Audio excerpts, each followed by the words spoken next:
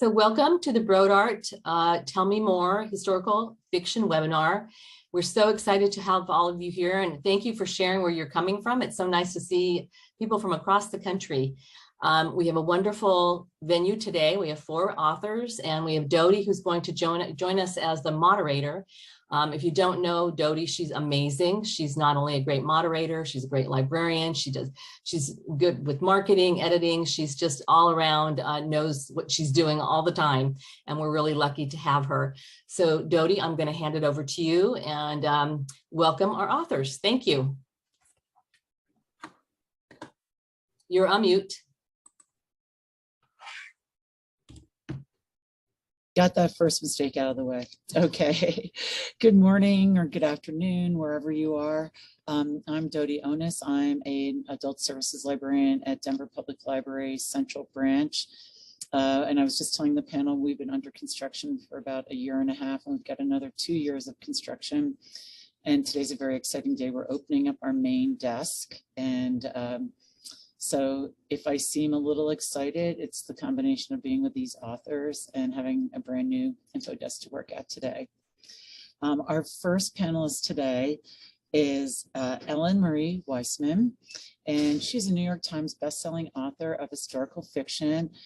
She sold more than 1 million copies of her books in the United States, and she is here to talk to us today about The Lost Girls of Willowbrook, which is alternately sad and redemptive and disturbing and inspiring at the same time. Hi, everybody. I just did another event, so hopefully I won't lose my voice or anything here. So I'm the author of The Lost Girls of Willowbrook, that's set in 1971 at the real-life Willowbrook State School on Staten Island. Willowbrook State School is the place for mentally and physically challenged children that Geraldo Rivera did an expose on in the 70s. He took a film crew inside. He actually got a key from one of the doctors who was fired for trying to improve things at the school. And he got a key from this doctor, and he took a film crew into house number 6 and exposed the horrible conditions there. And he actually wanted to air that expose the same day as he filmed it, because he was worried that, you know, someone would put a stop to it. So Willowbrook was basically a warehouse. It was supposed to be a school and a place of healing, but it was basically a warehouse for children and adults with physical and mental disabilities. A lot of, you know, back then parents didn't know how to take care of their disabled child, or they just didn't want to. A lot of doctors encouraged the parents to admit their children for the sake of the family. And a lot of non-disabled children were put there too by foster homes or parents who just didn't want them. So it was grossly underfunded, and it was grossly understaffed, and it was run down and overcrowded, and there was violence and crime and theft and all sorts of things that were happening there. So The Lost Girls of Willowbrook follows a teenage girl who believed that her twin sister had died 6 years prior, and she overhears her stepfather telling someone that she got a call from Willowbrook saying that her twin sister was missing. And so that's how she found out her twin sister didn't die, that she was sent to Willowbrook. So she doesn't really know a lot about Willowbrook. She's heard rumors, you know, the parents on Staten Island warned kids, you know, if you don't behave, I'm going to send you to Willowbrook. She heard rumors about medical experiments being done there, which actually turned out to be true. Willowbrook kind of became a hideout for, I hope you can't hear my dog whining. She's like, I've already been in here for one event. This is going on too long. So otherwise she'll be barking her head off. Anyway, so she overhears her stepfather telling someone that her sister is in Willowbrook. So she doesn't know that much about Willowbrook. She's heard about the medical experiments that actually turned out to be true. There was, sorry, there was, it actually became a hideout. And there was, at one time, there was 72 different medical experiments going on, and they were using the children at this place. And it was funded by the Defense Department. And she also had heard an urban legend about Cropsey, who was a supposed serial killer who lived in the tunnels beneath Willowbrook. So she didn't really know anything about it, but she was just determined to go find out where her sister was. So she got on a bus and she went to Willowbrook, and the doctors there mistake her for this missing twin, and they lock her up. So she has to, you know, figure out this mystery about what happened to her sister, where she is, or else she's going to be, you know, locked up for the rest of her life. So I was first drawn to Willowbrook by all these rumors and urban legends that I heard about too.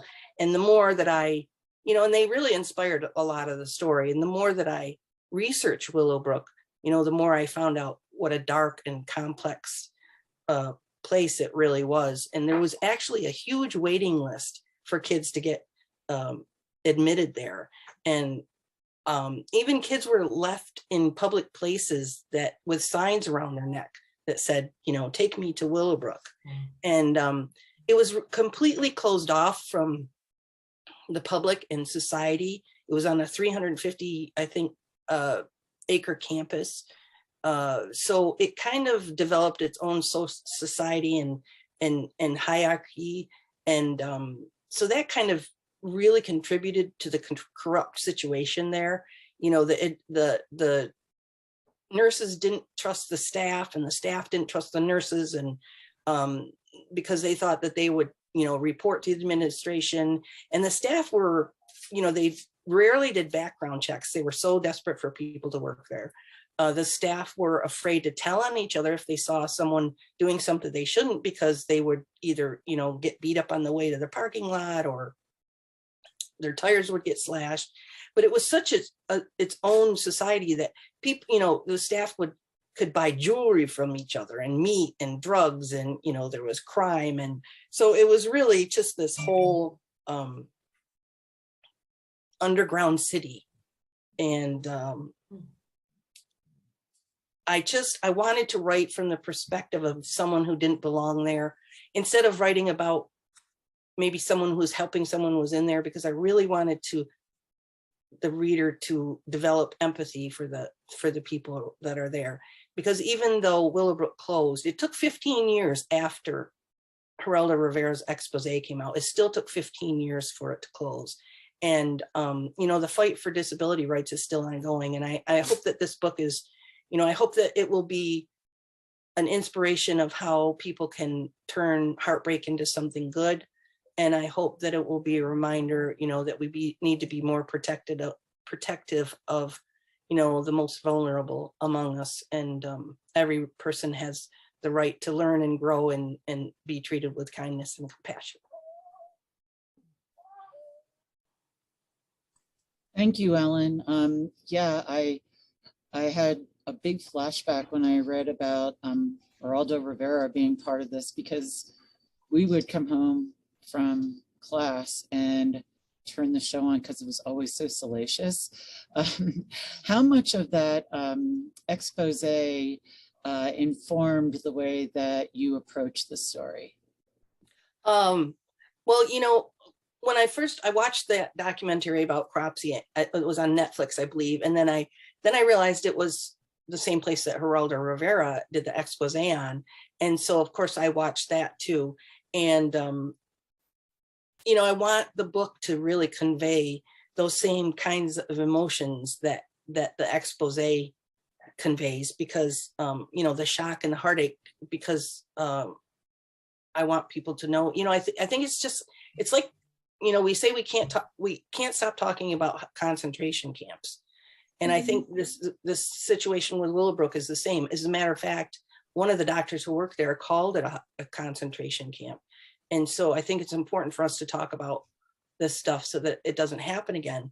But as far as influencing the story, you know, the main character in the story is kept in the same house where Geraldo Rivera comes in with a film crew. And so she takes this opportunity to try and escape.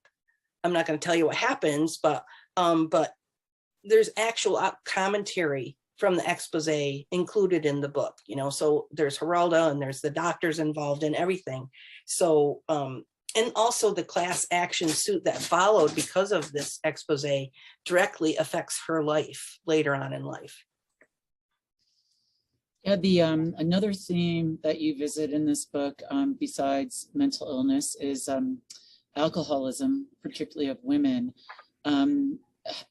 What prompted you to include that as another theme in the story? Well, you know, I've already heard from early readers who have said that, you know, their parents didn't talk about their child or their family member being sent to Willowbrook. And I think it's the same thing back then. It was in the 70s. People didn't talk about alcoholism, you know, it was pretty much swept under the rug, you know, and if people found out about it, you know, is very, very shameful. So I think it was almost, you know, exactly like mental illness or anything like that. You didn't talk about it and tried to hide it from people. So. Well, we are going to save a little bit of time for questions at the end too. So thank you, Ellen, for talking to us about The Lost Girls of Willowbrook. And now we're going to move on to Matt. And I meant to ask you, Matt, is it Bondurant? That's right. Yes. Oh, yay, score. Yeah. And Matt is going to talk to us about Oleander City, a novel that's based on the true story of the Galveston hurricane of 1900. All yours, Matt. Okay, thank you. I'd like to thank Brodart for inviting me to be part of this excellent panel with such amazing writers. It's a real honor to be here with you all. Oleander City, basically, it is centered around events that occurred directly after the hurricane of 1900, the Galveston hurricane of 1900, which remains, a lot of people don't know, but it remains the largest loss of life in the United States to a natural disaster. The estimates, there's no real count, but the estimates were up to 10,000 possibly people missing or dead. And what I found in the research that I was doing was a few different sort of interesting historical figures and events occurred immediately after the hurricane as the city was trying to rebuild. One of the things that intrigued me, first of all, was the presence of the American Red Cross. Clara Barton, in her sort of final, she was in her late 70s at the time, in her sort of final act as the head of the American Red Cross, an institution that she created, or or started here in America at least, actually traveled there a few days after the hurricane to assist with the recovery efforts, and the American Red Cross in general played a sort of large role, and particularly they were worried about caring for the storm orphans, they called them, and these were the children that were left behind after the storm. Their parents either lost or drowned or something, and so the city was sort of awash with these children, and that sort of intrigued me right from the start. Also, after the storm, in an effort to raise money to rebuild, the committee for reconstruction there decided to put on a boxing match, and this boxing match happened to feature a young Jack Johnson, who was only 20 years old. He'd only had a couple fights. He was a Galveston native. He was there during the storm. He was there, was a hero of the storm, although there's some debate about that, but he was a known person there already. And those of you that don't know, Jack Johnson went on to be basically the greatest heavyweight boxer of all time. He was the heavyweight champion for more than a decade, defended it more than anybody else, and was sort of the most dominant fighter of his era by far, and really sort of changed the way boxing happens. And what was intriguing about it was they set up this match with him and a kind of aging veteran boxer, a guy by the name of Joe Kowinski. And this is somebody that I was not familiar with, but researching him, Joe Kowinski is often considered the best Jewish boxer in American history.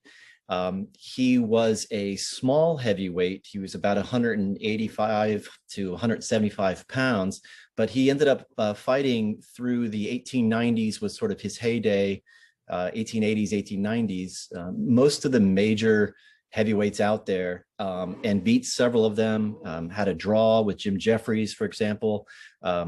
So he was a known figure, but he was sort of on the tail end of his career.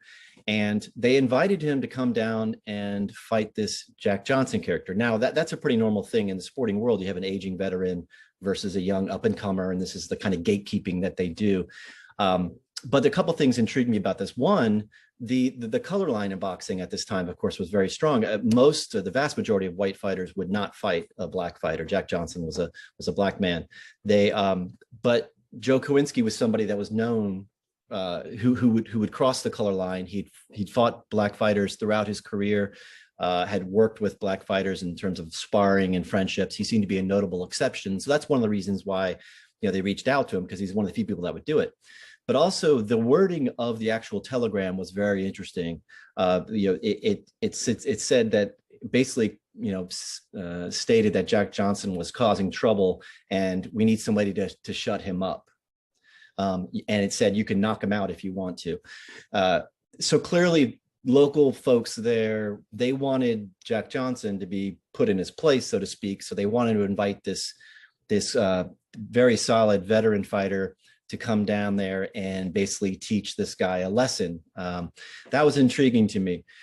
So Joe goes down to this fight, and the fight occurs, and what was really particularly notable about the fight itself is in the third round, it ended, and all of a sudden, a half dozen Texas Rangers jump into the ring, fire a gun in the air, and say that these two men are under arrest for doing an illegal prize fight.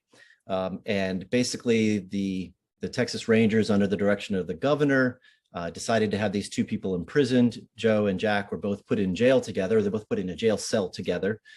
And for the next 3 weeks, they were in this jail cell and sparring together. And sometimes they would spar for an audience. They charged admission for this kind of thing. It was all kind of a ruse to some degree, but at the same time, it was also quite serious. They wanted to punish Jack Johnson. Of course, anti-Semitism was rampant at this time too, so Joe Kowinski wasn't exactly getting a lot of favors either. And the end result is when they were released, Jack Johnson, from that point, went on to have about 30 victories in a row, became the champion and the best fighter of all time. And he said many times throughout his career that it was the time that he spent in the jail cell with Joe Kowinski that taught him some important things about boxing, particularly his defensive techniques. And so as a writer, that's what's intriguing to me. What was that? What went on between these two men? How could they, in 3 weeks, what went on in there? So that's what a lot of the book is also about. And then the third thing, the third perspective in the book is from a young Storm orphan that I mentioned earlier. And this is from an orphanage, a story that I found, this orphanage called the Sisters of the Incarnate Word, that was near the coast. And there were 93 girls in an orphanage. As the storm was coming in, the nuns tied them all together with a length of rope in an effort to keep them from being swept away. Of course, all of them drowned, bound together. They were found buried in the sand, many of them still tied to the nuns. Nuns were clutching them. It was this horrifying scene. And I began to think, I wonder, well, what if one girl survived? There was a particular picture that I found that in Galveston, at a museum in Galveston, that had a picture of Jack and Joe being released from the jail. They had a big ceremony and all the local politicians were in there and stuff, because these were famous boxers. And there in the corner, there's a little girl sitting there with this old dog. And she's an unknown. Nobody knows who that is or why she was there. And it started to intrigue me. What if there was a young girl that survived? What would happen to her? And what would that be like to be an orphaned again, doubly orphaned, and coming from a Catholic orphanage? What would that do in terms of the psychology of a young girl who feels that she's been, a life taken away from her yet again? How would that sort of challenge her ideas about God and the protection that God provides, which is something that's preached by by the Catholic nuns and things like that. So I wanted to sort of explore those ideas while at the same time, after the storm, vigilante violence was high. Masked men on horseback were hunting down immigrants and Black people. A lot of the blame of the city fathers, the city fathers were placing a lot of the blame of like looting and starvation and things at the feet of immigrants and Black folks. And Galveston was a highly divided island at the time. There was very wealthy people and there was very poor people. And of course, as everybody knows, in these kinds of scenarios, the poor people really got the brunt of it. I wanted to explore that and how these particular characters, the Red Cross figure. Now, I didn't work with Clara Barton's in the book as a real historical figure, but I used an imagined Red Cross nurse to work from. Then there's the imagined storm orphan. And then there's Joe Kowinski, who is a real person, but because he's so relatively unknown, he gave me a lot of that sort of blank canvas that I felt I could work with. And Jack Johnson, of course, is in the book as well. And ultimately, I hope that it's a story that is about the kind of perseverance in light of this struggle, but also it's a lot about the city of Galveston itself and the particular kinds of challenges that it had in this time in 1900. Thanks, Matt. It's the intersection of those lives is really pretty incredible. You mentioned Galveston as a very divided city pre-hurricane. It was even known as the Queen City of the Gulf. Can you describe a little bit of Galveston pre-hurricane? Yeah, it's a really unknown story, I think, in general terms for most Americans. Galveston pre-1900, before the storm, was one of the most prominent cities in the United States. It was one of the wealthiest, certainly. They had a millionaires row. The actual amount of money that people were making rivaled was greater than any other city except for New York City. A lot of it had to do with shipping. As a principal port in the Gulf of Mexico, cotton in particular. So you have a lot of the cotton out of Texas in that region is flowing out of Galveston, going to Europe. Galveston had representatives in all the major European capitals. Their cotton organization was massive, and so there was a lot of people getting very rich. Of course, part of the reason why people were getting very rich is because they were exploiting a lot of very cheap labor. There was a lot of immigration coming into Galveston. It was one of the principal ports of entry. Everybody knows about New York, Baltimore, places like that. But the immigrants from Europe coming around into the Gulf of Mexico. A lot of them ended up in Galveston. My wife actually did her PhD dissertation on this very topic. That's one of the reasons how I got into this, like 10 years ago. And the promise of land and opportunity that was there in Texas at the time.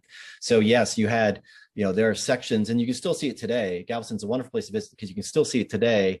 There are, whole sections of massive Victorian style stone homes that were built on this cotton money. And then there's a whole other set. Now, of course, the poor side of the island, of course, was lower in elevation. And so it sustained the most damage. And that's where most of the death occurred. But they were competing basically to remain at right around 1900. They were competing with Houston. Houston was starting to rise. And the big problem for Galveston was the depth of their bay. They had to offload stuff onto lighters and things and bring them into port. That was a problem. Houston promised a deeper port. The Galveston, after this storm, the officials in Galveston tried to use it as an opportunity, all this money pouring in for the effort to rebuild it and to deepen the shipping channel, but it never really recovered. And really, after the storm, within 10 years, you see Houston rising as the sort of more prominent port city. And then within 30, 40, 50 years, Galveston drops precipitously off this sort of economic map of Texas and the whole region. Yeah, I've looked at some old photos of Galveston, and the mansions are just incredible for 1900. Quick question: the Sisters of the Word Incarnate seem like a very tough bunch. I read a little bit about them. They rebuilt their orphanage in a year and we're back serving Galveston. How much influence did Catholicism have over the city at this time? It had a fair amount. I mean, it's hard to say before the storm, what the overall impact was. There were Catholic churches, there were several different Catholic organizations, several different orphanages. Sisters of the Incarnate Word was just one that had this notable event where 93 girls in this girls' wing were all wiped out. There were several other orphanages at the time, and they did rebuild rather quickly. It's a international organization. There are still Sisters of the Incarnate Word orphanages all over the United States, and interesting in that they all do on the anniversary of the Galveston hurricane, all around the world, all of those sisters and those orphans that are there sing this song, "The Queen of the Waves," which is this famous sort of hymn that the little girls there in Galveston would sing. It was their favorite hymn, and the story goes that they were singing this on the night of the storm itself as a way to kind of calm themselves, and so to memorialize those children. It's still something that's done still now all over the world. And interesting enough, the site of the orphanage unfortunately now has a Walmart built on it, so you can't see much there. But interesting enough, the Walmart, the employees there for many years have reported the sound of children's feet and laughter and running and things falling off the shelf. Many people in there on Galveston believe that Walmart is haunted by the souls of these children. That's really incredible. We're gonna have to leave it there, but I'll be looking forward to the song when they make the movie. Okay. All right, we're going to move on to Reese Bowen, and she is going to talk about, this cover is just so beautiful, Where the Sky Begins, her new standalone novel. Go ahead, Reese. Oh, thank you very much. Yeah, I love the cover. I'm one of these people who is lucky enough to really choose my own covers, to say what I want on them, and we work together. And I knew it had to be, it's so iconically London bombing blitz, it doesn't have to say any more than that. Those of you who know my work already will know that I'm very drawn to World War II. This is the fourth novel that I've written about the war, after In Farley Field, The Tuscan Child, The Venice Sketchbook. And all of those featured either upper class protagonists or else protagonists who were educated middle class people. And this is the first time I've tackled a heroine who's really different. She's a Cockney, uneducated woman from London, and she's had a very small, restricted life until now. She has grown up with very little education, had to work in a factory, and then married a man who she was attracted to start with because he was cocky, arrogant, and a very snappy dresser. Turns out he's also a bully, and he's become more of a bully because she hasn't produced the child that he expected. And so for her, World War II is this great changing point because it's a great point of opportunity. I think World War II for me is so attractive in many ways because, first of all, there are so many stories to tell, so many different points of view, and you're living in a time of heightened emotions anyway. So any sort of mystery or drama really takes those emotions almost to unbearable levels. I think also I like writing about it because it was the last time when we had a clear sense of good versus evil. And I think everybody had a feeling that if they didn't do their part, evil would swallow the world. And so you have got this great feeling of we're all in this together and we've got to do this together or else. So it's a time in which we know there was a good outcome for many people at the end, but also much sorrow, much disappointment, much tragedy for everybody else. So I think I wanted to tackle, I hadn't done anything really to do with London and the Blitz and the bombing. And the last 2 years, we've lived in a time of heightened emotions, haven't we? We've lived in a time when there's danger lurking in the background for all of us. I know at the beginning of COVID, the fact that we didn't know exactly how you could get it, and we wiped down all, I wiped down all my groceries. I left my mail sitting in the garage for 3 days. We just were terrified if we did the one wrong thing, it could be a death sentence. So I think I was writing this book at a time when I realized what it was like when you never knew when you were going to be bombed. In the city of London, at the beginning of the Blitz, they were bombed mercilessly, and you never knew when the next wave was coming. And so for Josie, the beginning of the war is a time of opportunity because Stan is called up, and so he's gone.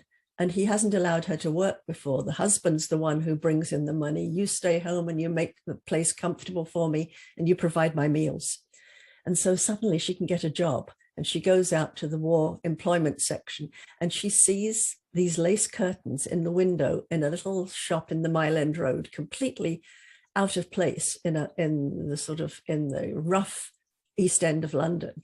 And it's a tea shop. And what's more, there's a sign in the window saying help wanted.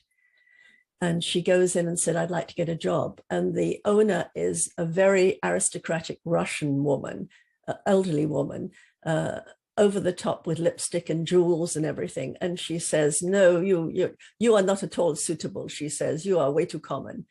And Josie goes, go on, this is the Mile End Road. But she persuades her to give her a try, and they bond. She really becomes the daughter that this woman never has, until there's a bombing. The tea shop gets a direct hit, and the woman is killed.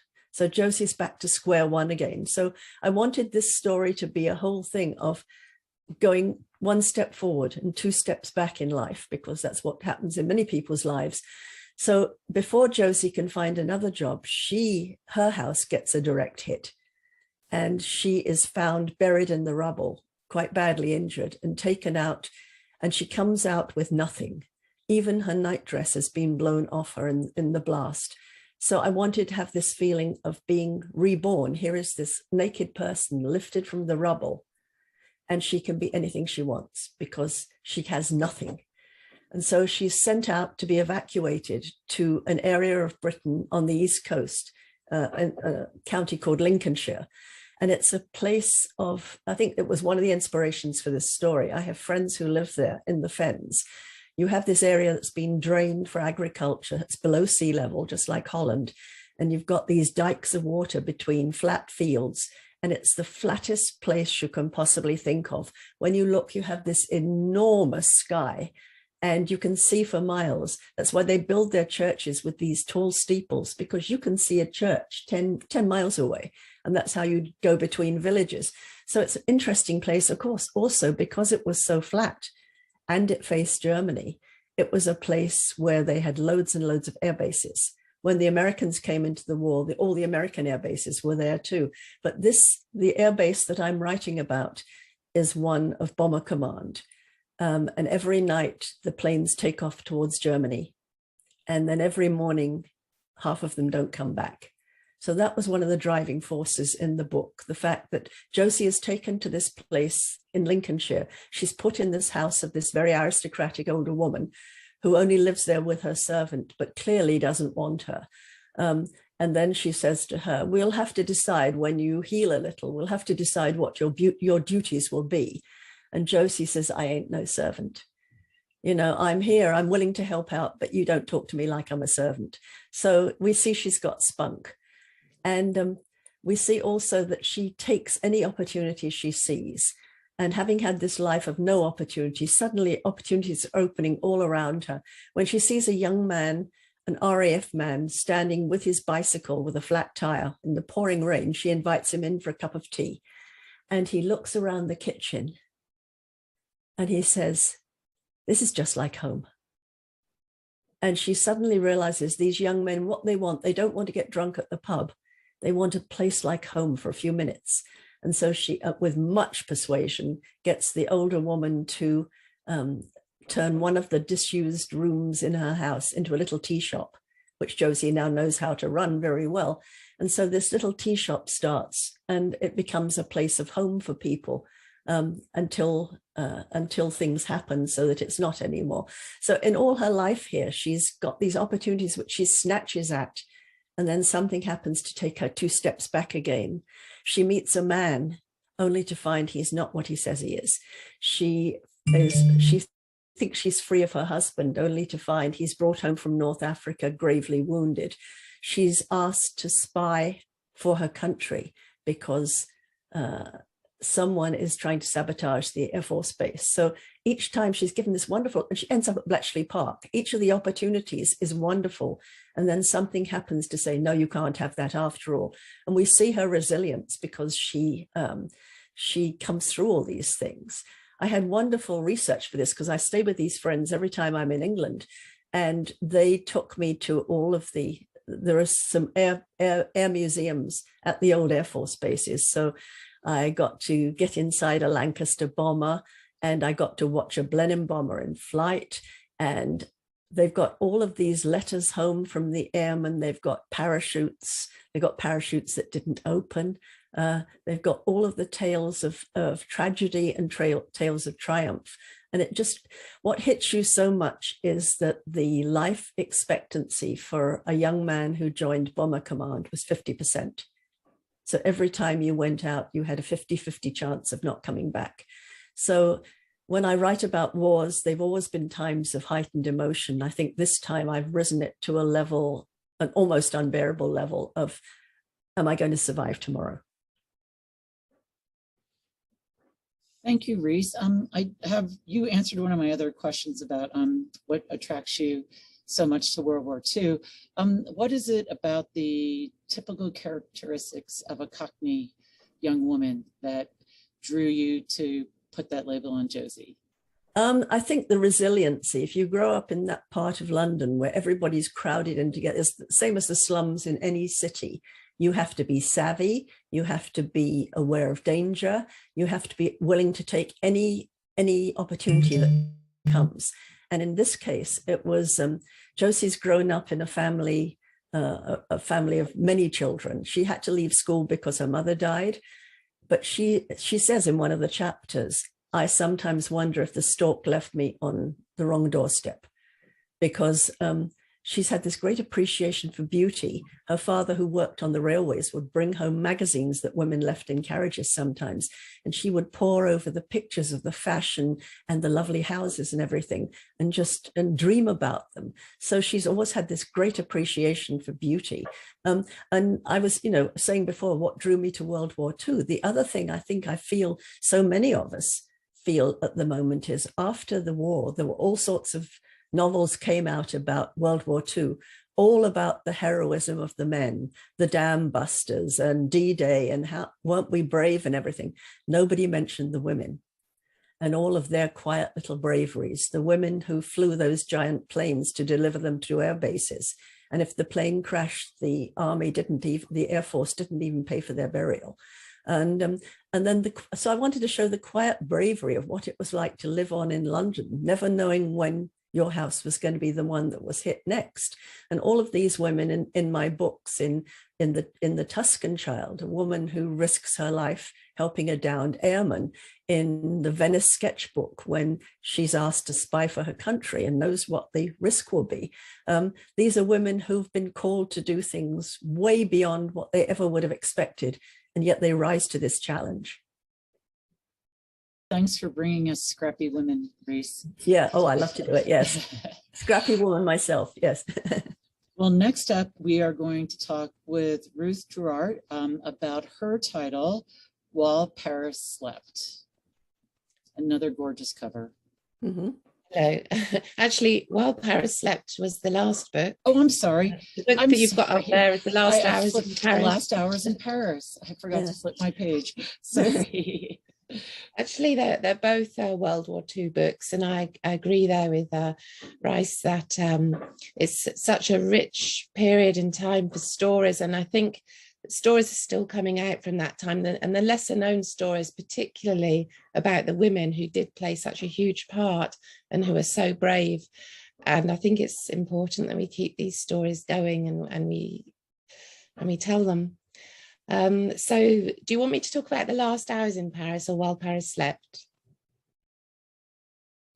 Oh, The last hours. I'm sorry. I just that's was okay. reading off That's of bad okay. notes. Yes, yeah, no, that's okay. So this story was actually inspired by my great uncle Wolfgang, who came to Coventry in England after the war as a prisoner of war, a German prisoner of war. He was caught in Africa, North Africa, arrested, and he was sent off to Southern America, actually, where he was working in the cotton fields alongside the blacks. And then he was sent to the UK, and he was working on a farm there. And he was from Dresden, which was, severely bombed. He went back home after the war, and his mother said to him, "There's nothing left for you here. You may as well go back to England." So he did go back to England, and there he met my grandmother's sister, and they married, and they had 3 daughters together. And as a child growing up, my uncle Wolfgang was quite a scary man. He had a big beard and a heavy German accent. And I always wondered, how did he end up here? And how did people accept him after what had happened during the war? And it intrigued me. And I think it provided, well, I was inspired by him as a character.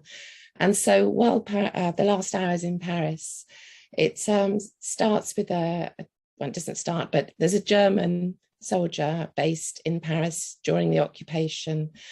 And he is a troubled soul. He doesn't want to be there wearing this uniform representing the Nazis, but he's been caught up in a system. He's been another sheep, and he's ended up there. And he's looking for a way out. He wants to find a way out, but he's just a normal man. I wanted to present a normal man caught up in a system he doesn't want to be in, and he has to find a way out without getting killed. And so the story is about his way out, what he does, and then the aftermath of the war as well, because I think that is very interesting and little known. Not many stories have been written about what happened after the war to the prisoners of war. I mean, hundreds of thousands of them died in camps in France, in Germany. Lots were sent to America and to the UK. And in fact, they kept them in the UK for 3 years, up to 3 years after the armistice was signed. And this was to stop the young Nazis who had been indoctrinated going back and starting up all over again. And so they were sent to these camps all across England, and they worked, and they were taught about democracy. And I think a lot of these young men, it was like a rebirth for them. It was an education for them. And I think it's it's controversial about whether they should have been kept so long after the war or not. But in my opinion, I think it was a good thing, because they had the chance to grow and to learn. And lots of them stayed on in England afterwards and got married and had children. And I like that idea of the cultures mixing and learning and moving forwards with forgiveness and tolerance and all of these things that we should be doing. So the story, actually, The Last Hours in Paris, it starts with a young girl, Josephine. She's 18 years old, and she's grown up believing her father was a French hero. Then when she's 18, she finds out the truth suddenly, abruptly, that he wasn't at all this Frenchman. He was a German soldier. So she immediately is totally thrown. She's very upset with her mother for not telling her the truth. And she feels she doesn't know who she is anymore. What's her identity? So it's a quest. She's on a quest now to find out who she really is and to find out who her father really was. And so she goes to Paris. She tries to find out more, and then she goes to the UK to find this man. And so we have flashbacks between what happened between her real parents and what's going on with her in 1963. And there's a huge moral dilemma at the end of the book as well. I think that's about sums it up. Okay. I love the cultures diverging part of this story. Also, I have a question for you about your dual timelines with Josephine in 1963 and her mother in 1944. How did you find the balance of how much time in the story to spend in each place? Well, that's exactly what it is. It's the balance. It's finding out where to jump from one timeline into the other. You need to have that lead in to come into to get to the flashback or to come forwards again. And it's there are no rules. It's just when it feels right, I think, when and I've read books with dual timelines and I've been frustrated sometimes because I've got into one timeline and I'm really into it because it's been going on for so long, and then it goes to another and it's been there too long. I'm too much into this story. So it was that jump off point that's between not too long or too long enough, and it's finding that balance. And actually, I have to say that originally I wrote this book chronologically. And my publisher said it was book 2, so they said they let me go away and I wrote it. And I didn't realize that the thing to do was these dual timelines, which I had just done in my first book, just because I thought that was the best way to tell the story. And the second book, I wanted to do it differently. So I thought, well, I'm going to make it easier for myself and just different book, let's do it chronologically. And when they read it, they said, no, you've got to rewrite this with the dual timelines. So it was restructuring it, taking it all apart and so it's not easy doing dual timelines, but it does make it more interesting, I think. Well, it sounds like these are characters that you don't mind spending time with. So exactly, I think, and every rewriting deepens the story, deepens the characters. To me, writing is rewriting, so it wasn't such a bad thing. Now, you mentioned children of French women and German soldiers. Is that widespread? Is it celebrated? Is it denigrated? Well, this is another thing I wanted to write about, actually, because having lived now in Paris for 30 years, I'm always finding things out, talking to people. And there's a book in French, it's called Les Enfants Maudits, and it's not been translated into English, but it's about 200,000 children were born of these French-German relationships. And these poor children were ostracized, alienated. They were the unwanted, undesired children. And they've only just started to talk about their stories in the 1990s. They grew up in shame. They grew up thinking they shouldn't be here. And even that I've read the personal accounts, and the teachers would treat them really badly. And the other children would pick on them at school in France, and they've had a terrible time, and their stories are coming out now. And I just find it really hard to imagine that we could treat children like that.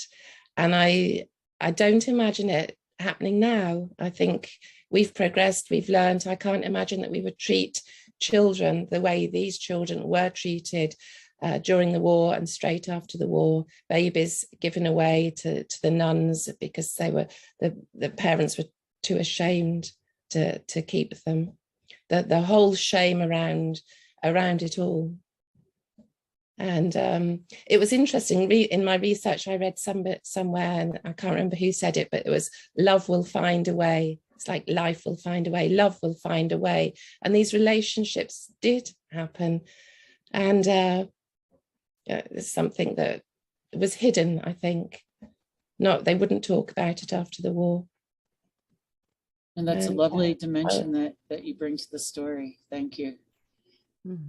Now we have one kind of big question that I'd like to run across everybody, but you only get like maybe a minute or so to answer it. And I'm going to start with Reese. Okay. When there are divergent accounts or controversies about what actually happened in a story based on something true, how do you decide which story to tell? your story, the real story, something in between? Well, I suppose one could always say it's fiction, damn it. But I have always, in my books, I have always tried to keep as close as possible to the truth. I do a lot of research, as all of my fellow panelists do. And, I think we're doing a service when we write a historical novel, because so many people grew up not knowing about history, not liking history in school. And if you can make them learn about it incidentally while they're following an exciting story, I think you're doing a service. So yes, if they're divergent accounts, I haven't come across that much, because in mine, I think it's been fairly clear who the good guys are in each book. So I haven't had to make the decision of what I tell. Thanks, Reese. I'm going to jump to Matt because it was his book that sort of prompted this question. So the same question. It's a complicated and it's a complicated process. I think that a lot of it has a kind of organic feel to me, that I'm sort of just feeling my way through the dark, and I'm finding things that seem to sort of fit or not fit. I think maybe at some point you start to feel you have certain kinds of obligations to historical record or to a certain character, maybe, then you want to present something that is that seems authentic and real. But at the same time, like Reese said, ultimately we're trying to tell a good story, and we're going to, do whatever we need to do to make that happen. I always view it as what I call a constellation of possibilities. There's a couple key moments in my books, historical novels. This is only my second historical novel. I'm an amateur compared to everybody else here in this panel, but I find a couple moments that are historically accurate and just profoundly interesting to me. It becomes a matter of, how do I trace the element, the line between these things? How do I connect them? How do I create a dramatic narrative that's compelling, that connects these elements and creates some kind of new picture? It's not the exact, it's not reportage. It's not nonfiction. I'm not trying to retell the story. There are other books about the Galveston hurricane, nonfiction books that are very valuable and very good to read. What I'm trying to do is to stay true to what we call that sort of story truth. Hopefully something that captures the spirit of the time, the spirit of the people, even as we mold and bend some things a little bit to make them fit our either our plot lines or our thematic elements that we have going in the book. Thanks, Matt. How about I jump to Ruth? Same question. Well, actually, I have the facts there, and I build a story. Well, no, I don't build the story around the facts. Sorry, I have the story, and then I bring in the historical points at that time, but they are all correct. And then I make the story around those. So I wouldn't imagine playing with history. The characters, the characters are the only thing that are fictional, but the facts are the facts. The events are the events. They really happened. It's how the characters interact with what the true historical facts, I think. And the characters aren't here to speak for themselves, so you exactly speak for them. All right, Ellen, what's your take on this? Well, I think that everyone remembers history differently. I always try to, like my first book was loosely based on my mother's experiences and my grandmother and grandfather in Germany during World War II. And, it was a different perspective, because it was from a woman or a young woman's perspective, the German perspective on the German home front. And of course, there's certainly differing opinions about what was actually going on the German home front, but every person has a different story.